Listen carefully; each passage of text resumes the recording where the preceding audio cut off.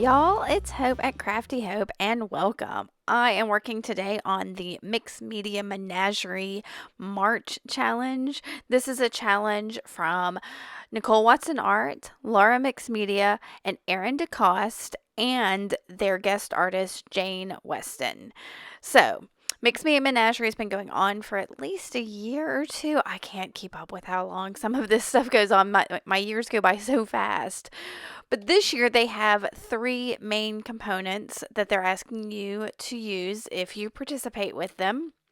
And that's for this month, it's a brayer, a rainbow, and stamping. So you can see here I am creating rainbows. I've got some deli paper. I think this is like 8 by 10 size deli paper. It's just what I have.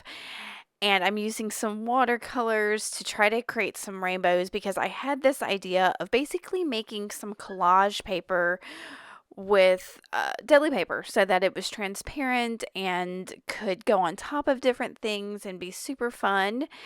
And once I did several watercolor ones, I decided to try my gouache. This is some of the Hemi gouache I got off of Amazon. And I haven't used it in a while, so I'm just playing with it. I don't think I'm using it the way it's supposed to be used. But yeah, it's fun to just experiment with different materials. I'm going to go ahead and tell you that these two things, this actual page here with the watercolor and the gouache, it's not going to be one of the ones I use, but I wanted you to see kind of how like this developed. So while I was doing these, I thought of another product that could be really fun to try on the deli paper that I didn't know if it would work. And that's going to be the Tim Holtz Distress Stains. Now, they don't make those anymore. I don't know if they've got something comparable, but they come in these dauber type things. And I think you can probably get like the ink or something, and it might be comparable, but it's not going to be in these daubers. So I'm just creating one large rainbow using, I think I used 7 colors, but I didn't use the red, orange, yellow. I used like a pink and then the abandoned coral, and I don't even remember what all. I think mustard seed, twisted citron, broken china.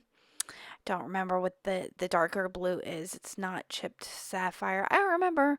And then I don't remember what the purple is either. So anyway, like I said, you can't get these anymore. But that was the rainbow I created. Now I'm turning to the journal that I'm using. I do not have the mixed media journal that the 3 originators of this challenge use. I couldn't find it, couldn't get it. I tried. I might get it later, but for now, this is just a cheap Dollar Tree journal that I had in my stash that is the same size as the journal that they're using. So to make it a little more mixed media friendly, I glued a couple pages together with my glue stick and I threw some gesso down on top of it. And I used this one last month as well for the February Mixed Media Menagerie. So I'll put a link maybe about here or so you can go check that out if you want. It was a disaster up until a certain point. So this one, I felt a little bit happier about because I knew I was using rainbows, and then beyond that, I wanted to use neutrals. So I am putting down some collage papers with my Uhu glue stick. As you can see, most of the collage papers are black and white or kind of a vintage age. I'm using a variety of materials. There's some like sewing pattern in there. I'm going to throw some tissue paper in there. I think there's something else on deli paper that'll go in there. But in general, it's a pretty neutral palette. And then every now and then, I'm throwing in a strip of my rainbow that I created. Now, I have flipped it onto the back side for a couple reasons. The deli paper is transparent, so I still get the color. It's not quite as vibrant on the back side, but at the same time, because I use those distress stains, I know that any kind of media I put on top of this would make those distress stains smear, and I didn't want to do that. So I flipped it over and am using the back side, which again is just slightly less vibrant, but more secure. So that was the plan. So, and I really think it worked out pretty beautifully. So Um, I have sped up this collaging, but it's still kind of going to go a little crazy. Now, like I said, the three things were brayer, rainbow, and stamping. I love these things. The fact that these were three things that I use quite a bit. Well, not, I guess I don't use rainbows quite a bit, but I do love rainbows. I love I don't know, I organize a lot of my supplies. All of my beads are organized in Roy G. Biv order. Most of my, paints are organized that way. I don't know, I've just got all my, embroidery floss is organized that way. I've got a thing for rainbow order. So yeah, I like the rainbows. So I kind of dug that, but I didn't want to go overboard with the color on this. I knew that could quickly get out of control for me. So I made a point of just wanting touches of rainbow in the background. So that's why I created that little deli paper piece to go back there. And I consider different ways of doing it. Like I said, I ended up using the watercolor. I thought about trying something with a jelly plate.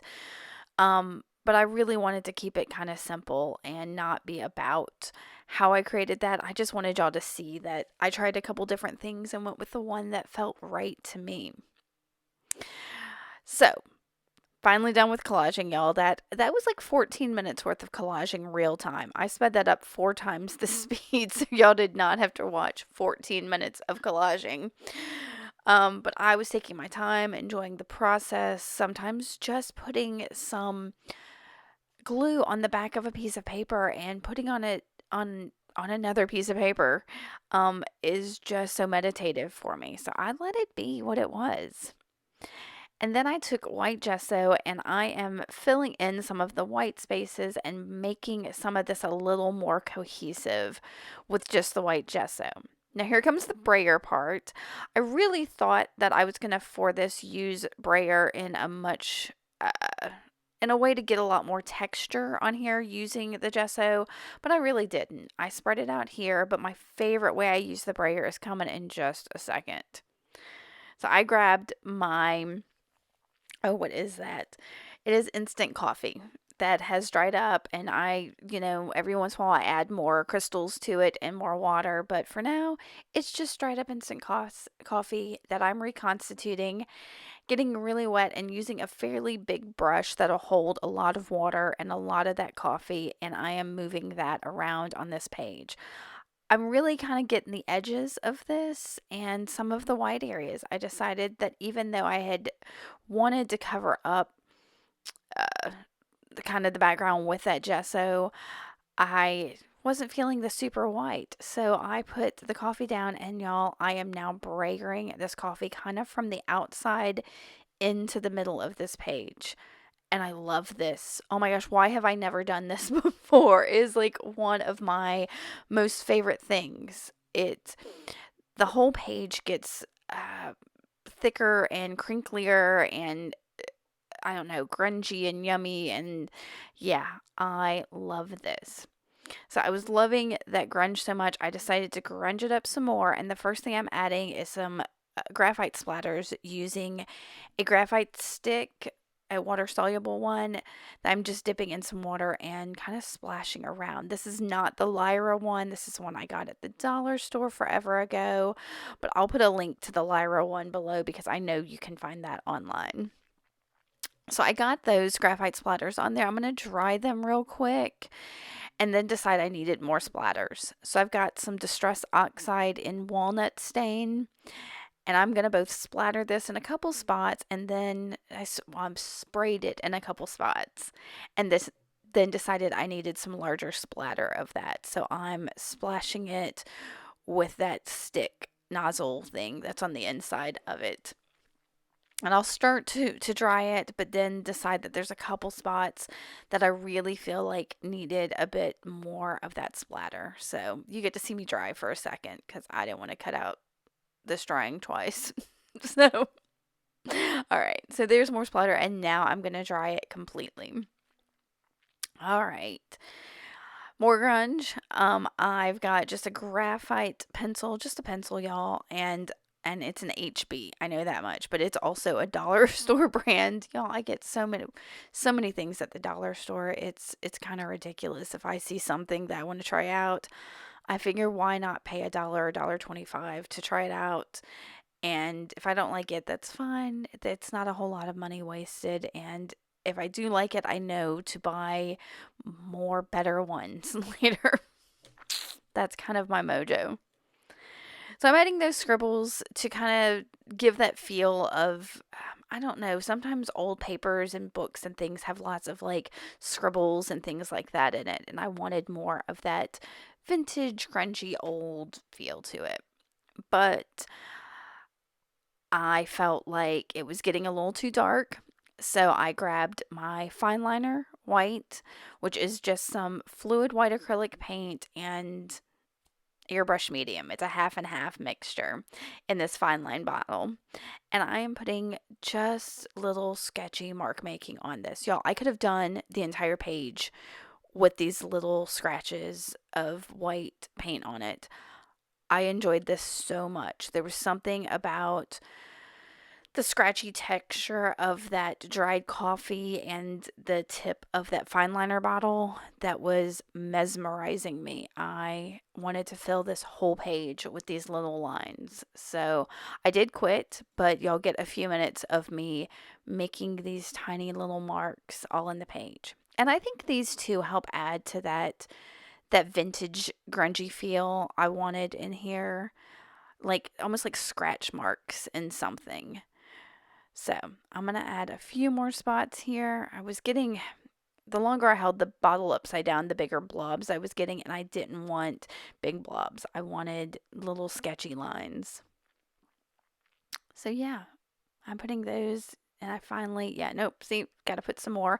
And I got to tell you, one of the steps at the end, I add some more of that graphite stick on there, and the white on the edges kind of acts like a resist to it, and it's one of my favorite things on this page. I've got pictures at the end, and hopefully you can see that in some of those detail shots. So I decided I was going to use this Tiny Toadstools stamp collection from Tim Holtz, and I had to decide which one of, I love all of those little mushroom clusters. So I was trying to decide which one was probably the biggest and the best. So I picked out this one, and I grabbed my Stays On, and I'm going to stamp it onto that rainbow to bring some of that rainbow kind of back into this. So this is my stamping portion of, it's the third because I've brayered and I've put rainbows down, and this is my stamping. I'll bring in some more stamping, so don't worry. So I'm going to put this right on to that deli paper. And it's not the best stamp, but that's okay. The whole page is kind of grungy, and so I think it kind of works. So I knew I wanted to back that with something so it had a little more substance to the background of it. And I've got this piece of like off-white corrugated paper. I've no idea where that came from. Yeah, I just can't even fathom. It could have been Happy Mail. It could have been in some kind of paper pack I bought. It could have been packaging. I don't know. So that's starting to disappear in the background. So I knew I needed something darker. So I'm going to grab some more of this black and white polka dotted tissue paper, which is also kind of transparent. So I don't know. And I wanted more texture. So I'm going to grab a little bucket of different fabrics and pull in some coffee dyed, what is that stuff? Cheesecloth. Oh my goodness. Couldn't find that word. So there's that cheesecloth. I'm not going to cut it or do anything with it. I really wanted that texture of it to make a statement on this page or the spread. So, but the first thing I have to do is unroll it because it's just been shoved into a box with other fabrics. So it's a little grungy itself.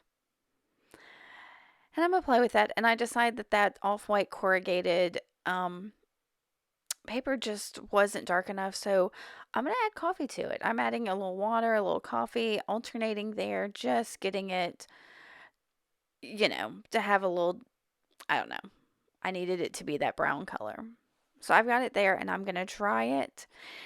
And then I decided to do some more stamping in my journal. And I have a little hand carved stamp that's shaped like a mushroom. And y'all, this is such a little, I don't know, traditional mushroom shape. It was just something little that I carved and decided, yeah, I'm going to carry this mushroom theme in here. And I'm using Stays on Ink in Ganache. And so, yeah, it's a little more brown. Works perfect. Kept that neutral theme I've got going so that the rainbow continues to stand out here. And I've got my Liquitex matte gel medium, and I'm just going to put it straight on that page and kind of just add my snack. First my cheesecloth, and then that little coffee dyed what did I say it was? Corrugated paper, whatever it is. So I'm going to stick that down, and then my tissue, my black and white tissue paper, and then finally my little stamped rainbow mushroom thing. Eventually, I was trying to decide how to lay that, and it doesn't really make a difference. I just needed something kind of black behind that clear paper. And that, yeah. So I'm going to stick that down. And it doesn't make a huge statement, but I still like that you've got the rainbow kind of there in the middle of the page. And I've got these Art My Marlene stickers, and I immediately find the phrase, my favorite color is rainbow. And yep, I had to use that. So I'll stick that down. And as my last step, I felt like this didn't, like the page wasn't tied together enough. So I grabbed that graphite stick and I'm going around the outside of the page or the spread to frame it up, and then activating it with that paintbrush again. And that's it, guys. That is this page. I love it. I love these prompts. I encourage you to check out Nicole, Laura, Aaron, and guest artist Jane's contributions to this challenge. I have watched them. They are amazing, and I encourage you to go see them. I will put links to them below. And if you create, make sure you use the hashtag MMMMAR22. You'll find that also below. All right, guys, thanks for watching. If you like this, give me a thumbs up. Make sure to subscribe and come back for more. All right, see y'all later. Bye.